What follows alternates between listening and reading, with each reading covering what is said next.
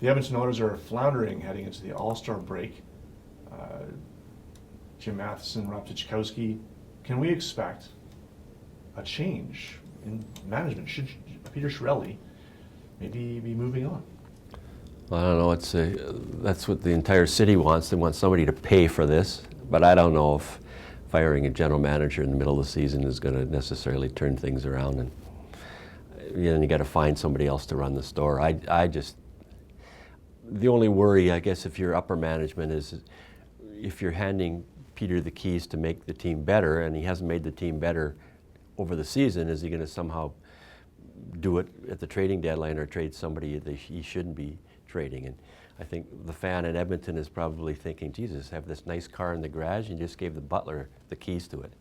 And things aren't, says, here you go, do something with it. And so far, Peter hasn't done a very good job making this team any better than they were last year, and I think that's what the fans looking for, a new general manager, but it's easier to fire a coach than it is a general manager.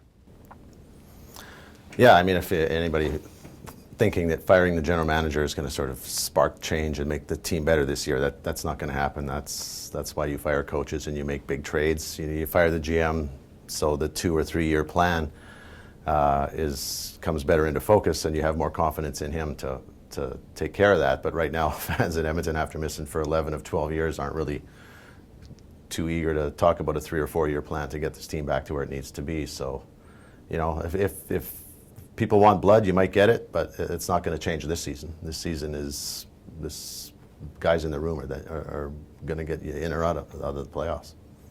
We do still have, even after the All-Star break, more than a third of the schedule left for the Edmonton Oilers to play. So it's not like they're completely out of it. However, they do have a bye week right after the All-Star break.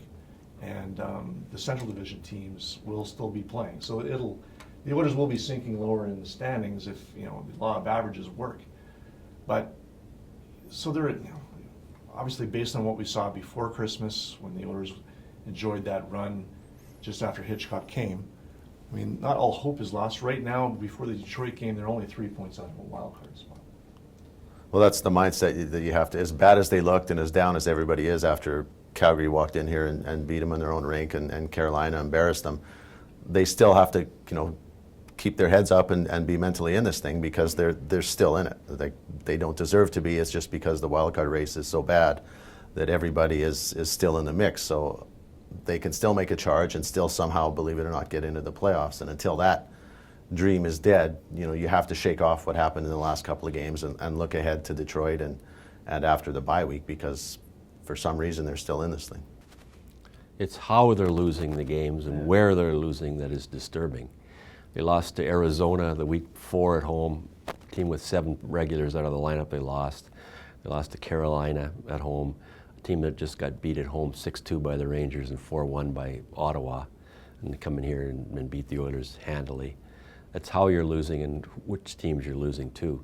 Nobody has too much problem losing to the Calgary Flames. Calgary beats just about everybody in the league right now. So, Tampa and Calgary are the best 2 teams in the league. You lose to them, it hurts because it's the Battle of Alberta, but they're so much better than the Oilers and deeper. But losing to Carolina is another wake-up call that the Oilers seemingly can't get any traction.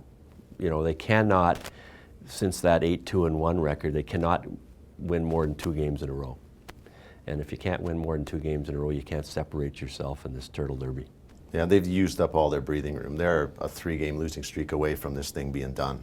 And that's the reality that they have to sort of somehow get their heads around and turn it into some urgency, because they're lucky to be where they are right now, this close, but you lose 3 or 4 more well-placed games and you're done with a lot of time left in the season, and that'll be an ugly period if that happens.